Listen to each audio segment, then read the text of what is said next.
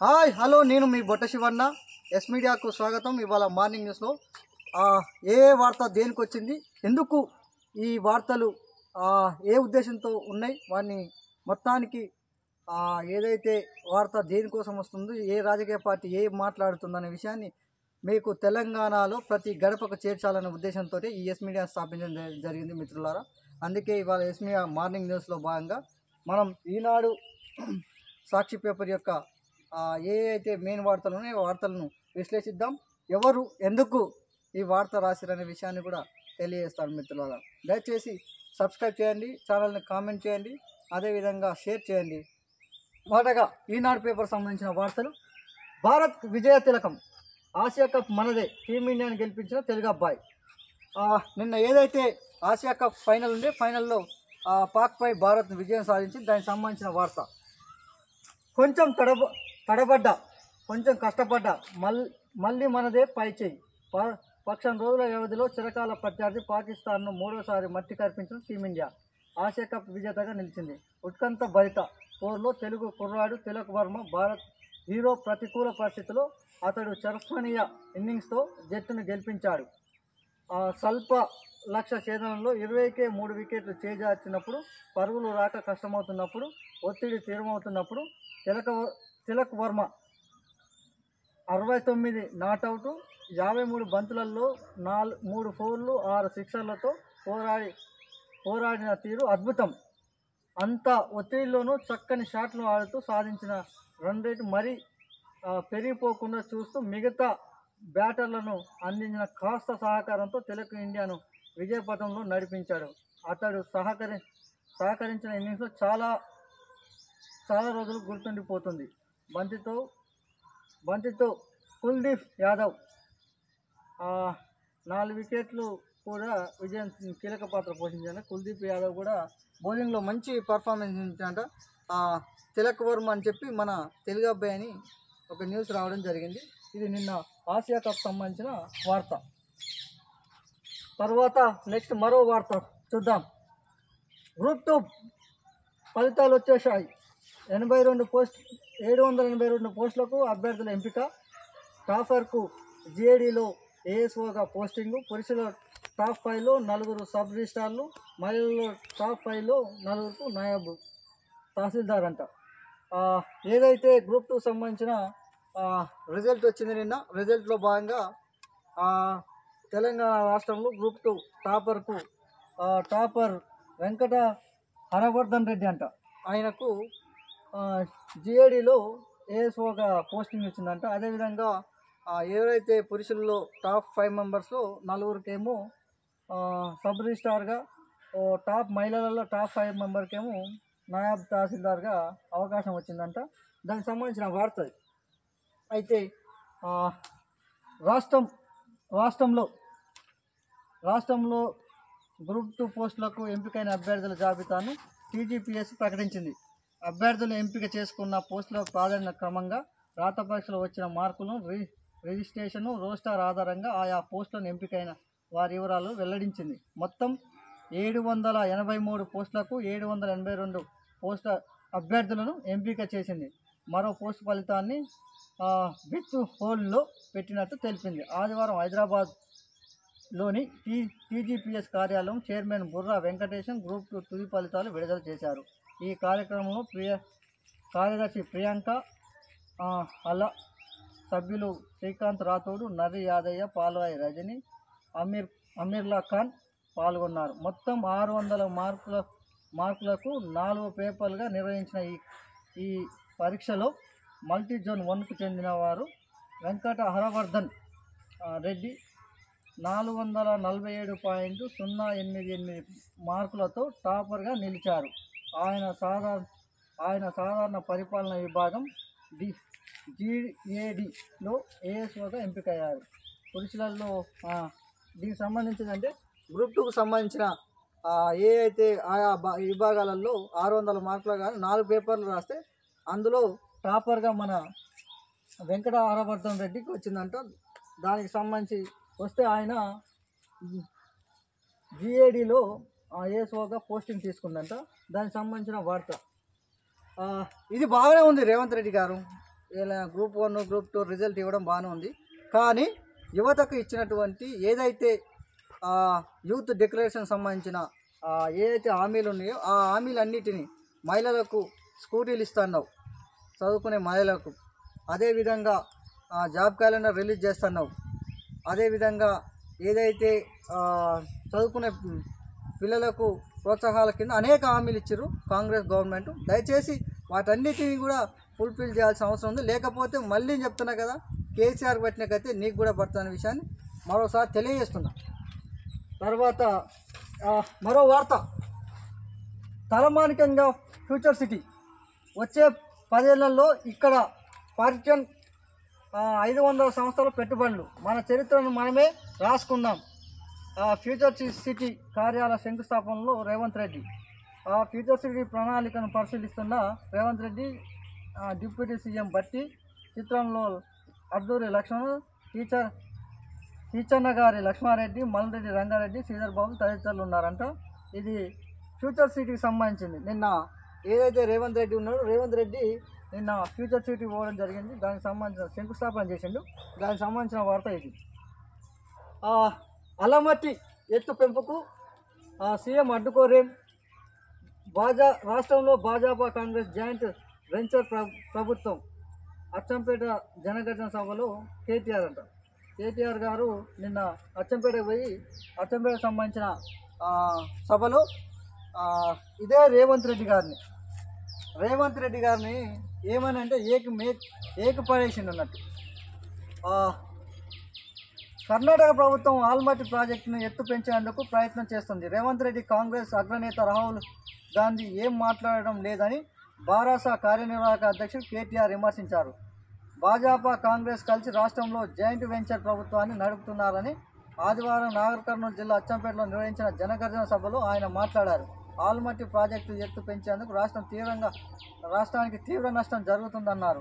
6 గ్యారెంటీల పేరుతో అధికారంలోకి వచ్చి ఒక్క గ్యారెంటీ అమలు చేయకపోగా చారాన రుణమాఫీ చేశారని, ఇంకా బారాన మిగిలి ఉందని ఎద్దేవా చేశారు. పాలమూరు రంగారెడ్డి ప్రాజెక్టు 90% కేసీఆర్ హయాంలో పూర్తయిందని, మిగిలిన 10% పూర్తి చేయకుండా తత్సరం చేస్తున్నారని బారాస ప్రభుత్వం 1350 కోట్లతో అచ్చంపేట లిఫ్ట్ ఇరిగేషన్ పథకాన్ని మంజూరు చేస్తే సీఎం దాన్ని పూర్తిగా పక్కన పెట్టారని నిన్న ఏదైతే కేటీఆర్ గారు ఉన్నారో కేటీఆర్ గారు నిన్న అచ్చంపేట సభకు పోయిండు.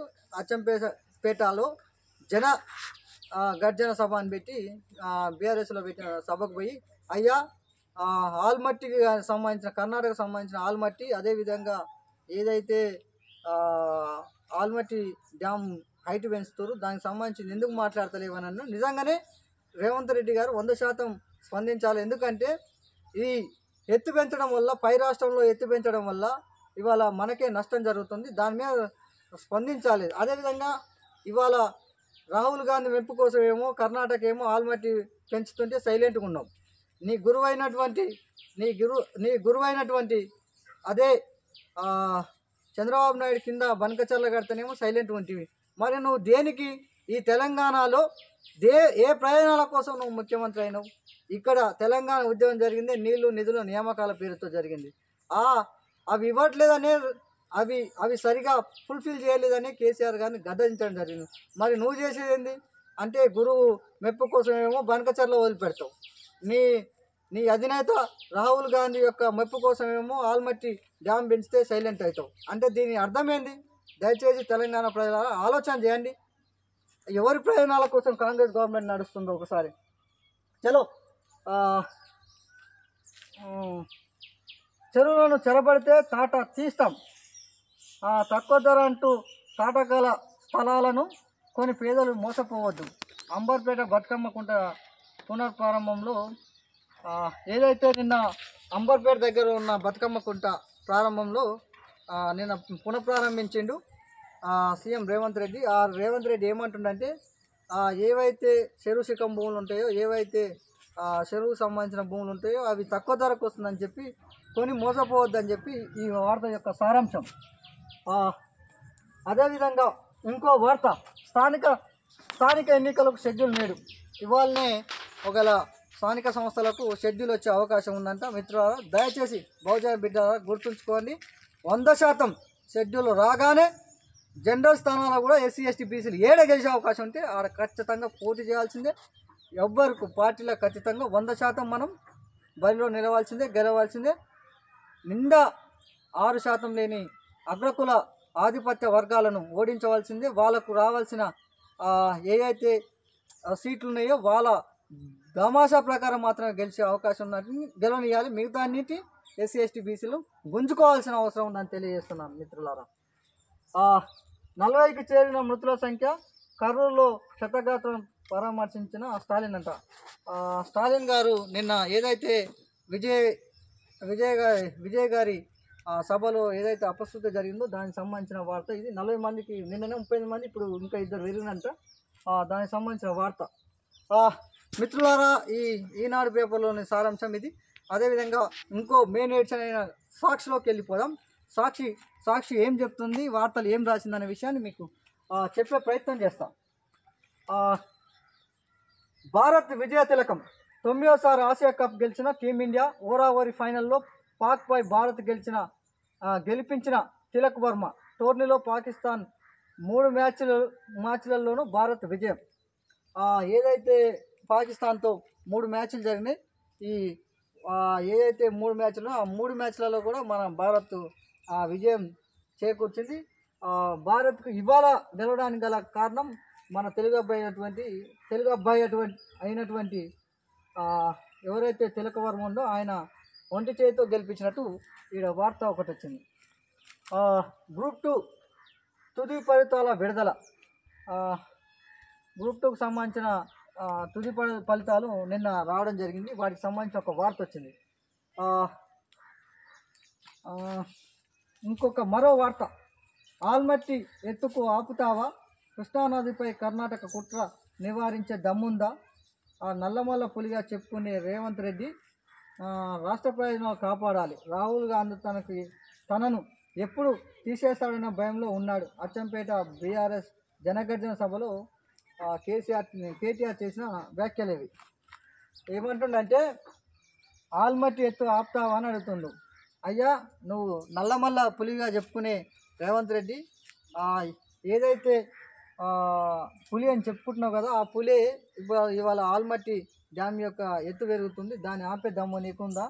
ఎప్పుడు రాహుల్ గాంధీ ఎప్పుడు తీసేస్తాడో నీ పదవి అనే భయంలో ఉన్నట్టు కొడుతుందని చెప్పి ఇది ఒక వార్త. ఇకపై పాలన ఫ్యూచర్ సిటీ నుంచి నెలలో 3 నుండి 4 రోజులు నేను బట్టి ఇక్కడే ఉంటాం. సీఎం రేవంత్ రెడ్డి. 10 ఏళ్ళ అవకాశం ఇస్తే ఫ్యాక్షన్ 500 కంపెనీలను ఇక్కడ రప్పిస్తాం. ఇక్కడి నుంచే బందర్ పోర్టుకు రోడ్లు, చెన్నై బెంగళూరు బుల్లెట్ రైళ్లు, భూములు గుంజుకోం, ఒప్పించి మెప్పించి తీసుకుంటాం. డిసెంబర్లో యంగ్ ఇండియా స్కిల్ డెవలప్మెంట్ భవనం ప్రారంభం. రేవంత్ రెడ్డి గారు ఫ్యూచర్ సిటీ అని చెప్పి ఇవాళ ఏదైతే సికింద్రాబాద్ హైదరాబాద్ ఉందో అదేవిధంగా థర్డ్ సిటీగా ఫ్యూచర్ సిటీ అని చెప్పి ఇంకో కొత్త నగరాన్ని ఏర్పాటు చేయాలనే ఆలోచనతో నిన్న శంకుస్థాపన చేయడం జరిగింది. కానీ ఇవాళ రేవంత్ రెడ్డి గారిని ఒకటే మాట్లాడుతున్నాం. ఆయన ఏం చెప్తుందంటే బందర్కు రోడ్డు మార్గం, అదేవిధంగా చెన్నై బెంగళూరుకు బుల్లెట్ రైల్స్ తీసుకొస్తా అని చెప్తుండు. మెప్పించి ఒప్పిస్తున్నావు. కానీ దయచేసి రేవంత్ రెడ్డి గారు ఇంకో విషయాన్ని చెప్పదలుచుకున్నా. ట్రిపుల్ ఆర్ బాధితులను మీరు ఎట్లయితే ఒప్పించి మెప్పించి తీసుకొద్దాం అనుకుంటారో అదేవిధంగా ట్రిపుల్ ఆర్కి సంబంధించిన భూ నిర్వాసితులను మీరు పిలుచుకోవాల్సిన అవసరం ఉంది. హడావిడి అవసరం లేదు. ఇంకా ఎన్ని సంవత్సరాలు పడుతుందో తెలియని ట్రిపుల్ ఆర్ కోసం ఇవాళ జీవోలు తీసుకొచ్చి అదేవిధంగా ఎక్కడి సంబంధం లేని నైట్కే సర్వే నెంబర్లు వేసి భయభ్రాంతులకు గురి చేస్తున్నాం. దయచేసి పాలన మార్చుకోవాలి. ఒప్పించి మెప్పించని ఈడెట్లయితే చెప్పినావో ఫ్యూచర్ సిటీలో అదేవిధంగా ట్రిపుల్ ఆర్ బాధితులను కూడా అదేవిధంగా చెప్పాలి. చెప్పకపోతే వాళ్ళు కూడా పేద వర్గాలు, అదే సన్నసిన్నకారు రైతులు మాత్రమే ఉన్నారు. అందులో బలిసిన వాళ్ళు ఎవరు లేరు. వాళ్ళ భూములు గుంజుకుంటే రేపు పొద్దుగాల వాళ్ళ ఫ్యూచరే లేకుండా పోతుంది. దయచేసి వాళ్ళకి ఏవైతే డిమాండ్ ఉన్నాయో వాటన్నిటినీ నెరవేర్చవలసిన బాధ్యత రేవంత్ రెడ్డి సర్కార్కు ఉన్నదని తెలియజేస్తున్నాను. అదేవిధంగా అధికార పార్టీ ఎమ్మెల్యేలు 100% ట్రిపుల్ ఆర్ బాధితుల కోసం కొట్లాడవలసిన అవసరం ఉంది. లేకపోతే మిమ్మల్ని కూడా బొంద పెడతారు. మరో వార్త. చలో చెరువుల్ని చెరబడితే తాట తీస్తాం, బతుకమ్మ కుంట ప్రారంభం కార్యక్రమం రేవంత్ రెడ్డి. అది అయిపోయింది. మరో వార్త, ఒకటిన బంగాళాఖాతంలో అల్పపీడనం అంట. ఉత్తర మధ్య బంగాళాఖాతంలో అక్టోబర్ 1న అల్పపీడనం ఏర్పడే ఛాన్స్ ఉన్నట్టు వాతావరణ శాఖ తెలిపింది. ప్రస్తుతం ఉత్తర అండమాన్ సముద్రంలో ఉపరితల ఆవర్తనం సాగుతుందంట. ఈ నెల ఏదైతే అక్టోబర్ 1 ఉందో 1వ తారీఖు నుంచి అల్పపీడనం ఏర్పడే ఛాన్స్ ఉందంట. ఆ విషయానికి సంబంధించి ఒక వార్త. ఇంకా మరో వార్త ఏముంది, చలో. ప్రమాదమా కుట్ర, తమిళనాడులో కరూర్ ఘటనలో 40 మందికి చేరిన మరణాలు. ఘటనపై 24 గంటల నివేదిక సమర్పించాలని గవర్నర్ ఆదేశం. భద్రతా వైఫల్యం కారణమంటున్న అన్నా డిఎంకే. బాధిత కుటుంబాలకు 20 లక్షల చొప్పున ఎక్స్గ్రేషియా ప్రకటించిన విజయ్. ఇది వాస్తవానికి కూడా రాష్ట్ర ప్రభుత్వం ఒక వ్యక్తి వస్తుందంటే 100% ఆయనకు సెక్యూరిటీ కల్పించాల్సిన అవసరం ఉంది. 100% ఆయనకు అన్ని విధాలుగా సహకరించాల్సిన అవసరం ఉంది రక్షణ పరంగా. అదేవిధంగా ఏదైతే జనాలు వస్తారో జనాలకు ఒత్తిడి తాకిడి మాదిరిగా మనం కూడా ప్రభుత్వం కూడా సౌకర్యాలు కల్పించాలి. అదేవిధంగా రక్షణ శాఖకు సంబంధించిన భద్రత కూడా మంచి భద్రత కల్పించే ప్రయత్నం ఉంటే ఇంతమంది ఇంతమంది జావారు, ఇంతమంది తోకిసలాట కాదు. దయచేసి ఏ ప్రభుత్వం అయినా, తమిళనాడు అయినా, అదే తెలంగాణలో అయినా, ఆంధ్రప్రదేశ్లో అయినా, రాష్ట్రంలో ఏ ప్రాంతంలో అయినా ఏ సభ జరిగినా ఇలాంటి జరగడం దురదృష్టకరం. అదేవిధంగా విజయ్ గారు తన సొంతంగా అనుకుంటా 20 లక్షల చొప్పున ప్రతి కుటుంబానికి అందిస్తా అని చెప్పి ఒక మాట చెప్పడం జరిగింది. మరో వార్త, నేడు స్థానిక నోటిఫికేషన్, ఎస్ఈసి నోటిఫైల్ సిద్ధం. రాష్ట్ర ఎన్నికల కమిషనర్కు జిల్లాల రిజర్వేషన్ జాబితాను అందజేసిన పిఆర్ఆర్డి డైరెక్టర్. జెడ్పీసీఓలు, డిపిఓల నుంచి పిఆర్ కమిషనరేట్కు చేరిన రిజర్వేషన్లు. ఏవైతే మనం ఇప్పుడు ఎలాగ చెప్పినట్టు ఏదైతే స్థానిక సంస్థల నోటిఫికేషన్ కోసం రిజర్వేషన్ సంబంధించిన ఫైల్ ఉందో ఆ ఫైల్ని ఆల్రెడీ తీసుకుపోయి కమిషనర్ అదే ఎన్నికల కమిషనర్కు అందజేయడం జరిగిందంట. ఇవాళ రేపు రావచ్చు, 100% నోటిఫికేషన్ అయితే వస్తుంది. దానికి సిద్ధంగా ఉండాలి ఎస్సీ ఎస్టీ బీసీ మైనార్టీలు. ఎందుకంటే 70 ఏళ్ళుగా మనం రాజ్యాధికారానికి దూరంగా ఉన్నాం. ఇవాళ స్థానిక సంస్థలో మన వాటా పెరుగుతూ 100% రేపు పొద్దుగాల ఎమ్మెల్యేలు ఎంపీలలో కూడా మన వాటా పెంచవలసిన అవసరం ఉంది. ఎందుకంటే నిండా 6% లేని అగ్రకుల పెత్తందారులు ఇవాళ 40-50 మంది ఎమ్మెల్యేలుగా కొనసాగుతున్నారు. దయచేసి ఎస్సీ ఎస్టీ బీసీ మైనార్టీలు ఉండొద్దా? ఒక గొల్ల ఓ 4 ఎమ్మెల్యేలు ఉండొద్దా? ముదిరాజు ఈ రాష్ట్రంలో అత్యధిక అగ్రభాగంలో ఉండే 40 లక్షల మంది ఉన్నారు. వాళ్ళు ఒక 10 మంది ఎమ్మెల్యేలు ఉండొద్దా?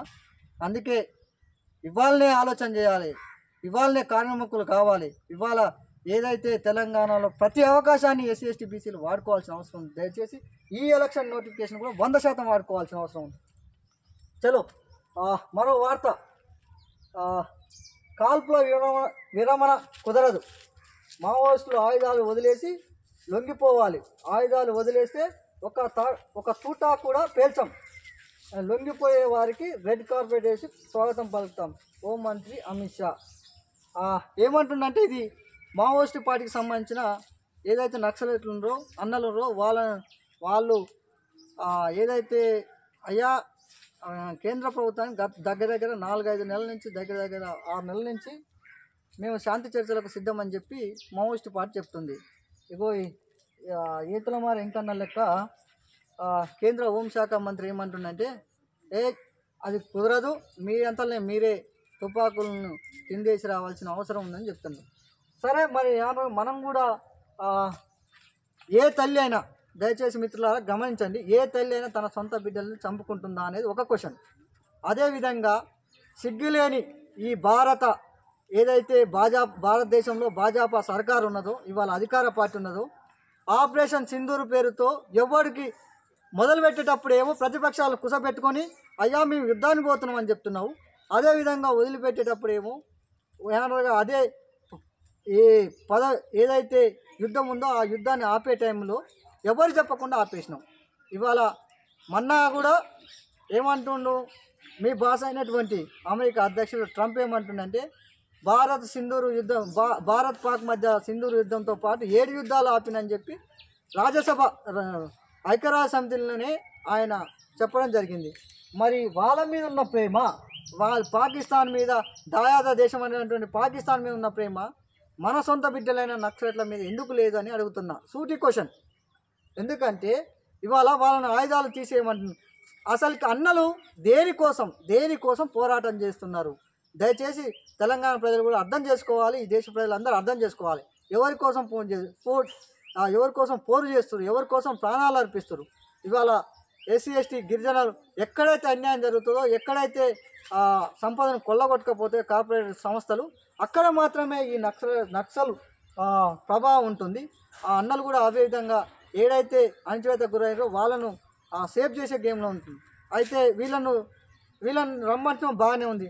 మరి వాళ్ళు ఏదైతే ఏ ఉద్యమాల కోసం అయితే ఏ వాతావరణం కోసం అయితే వాళ్ళు పంతాన్ని ఎంచుకోరో, ఆ పంతానికి సంబంధించిన ఏ అయితే రుగ్మతలు ఉన్నాయో వాటన్నిటిని ప్రారంభంలో అవకాశం ఎవరికి ఉంటుంది? ఈ రాష్ట్రంలో కానీ దేశంలో కానీ ఎవరికి? పాలకపక్షాలకు ఉంటుంది. మరి నువ్వు అంతగా మాట్లాడే నువ్వు మరి ఈ సమస్య మీద కూడా మాట్లాడాలి కదా. అది చేత కాదు. ఏదైనా ఏమనంటే వాళ్ళని చంపే దుర్మార్గమైన చర్యలో భాగంగా కేంద్ర ప్రభుత్వం దయచేసి మిత్రులారా గమనించాల్సిన అవసరం ఉంది. మరొకసారి పౌర హక్కుల సంఘాలు అయితేంది, ప్రతి పౌరుడు కూడా ఏదైతే నక్సల్ ఉద్యమం ఉందో దానికి సంబంధించిన ఇవాళ కాల్పులు జరుగుతున్నాయి. మనిషి జీవించే హక్కు ఉంది. ఆ జీవించే హక్కులో భాగంగా మనం అందరం నక్సలు ఎవరైతే ఉన్నారో వాళ్ళ తరపున ఈ కేంద్ర ప్రభుత్వానికి ఏదైతే చర్చలకు శాంతి చర్చలు అంటారో వాటికి డిమాండ్ చేయాల్సిన అవసరం ఉందని తెలియజేస్తూ, మిత్రులారా ఇవాళ చాలా 2 పేపర్లో చాలా విషయాలు మీకు చెప్పడం జరిగింది. ఎస్ మీడియా ద్వారా 100% నాణ్యమైన మహనీయుల ఆశయాల కోసమే పుట్టిన పేపరే ఎస్ మీడియా అనే విషయాన్ని తెలియజేస్తున్నాను. ఎస్సీ ఎస్టీ బీసీ మైనార్టీలకు రాజ్యాధికారం ఎలా రావాలనే 100% కాన్సెప్ట్ ఉంటుంది. భవిష్యత్తులో ఇవాళ మార్నింగ్ న్యూస్ మాత్రమే పెట్టడం జరిగింది. భవిష్యత్తులో ప్రతి విషయం మీద 100% మాట్లాడవలసిన అవసరం ఉంది. మాట్లాడతాం. దయచేసి ఎస్ మీడియాను కామెంట్ చేయండి, షేర్ చేయండి, పక్కన ఉన్న గంట సింబల్ నొక్కి మీ అందరి అవకాశాన్ని నాకు ఈ అవకాశాన్ని కల్పిస్తారని 100% సబ్స్క్రైబ్ పెడితేనే ఛానల్ బయటకు పడుతుంది. అందుకే లైక్స్ కొడితే ఎక్కువ వ్యూస్ వస్తుంది, 100% ఎక్కువ మందికి చేరే అవకాశం ఉంటుంది. దయచేసి ఆ విధంగా నాకు సహకరిస్తారని మనస్ఫూర్తిగా కోరుకుంటూ సెలవు తీసుకుంటున్నా మిత్రులారా.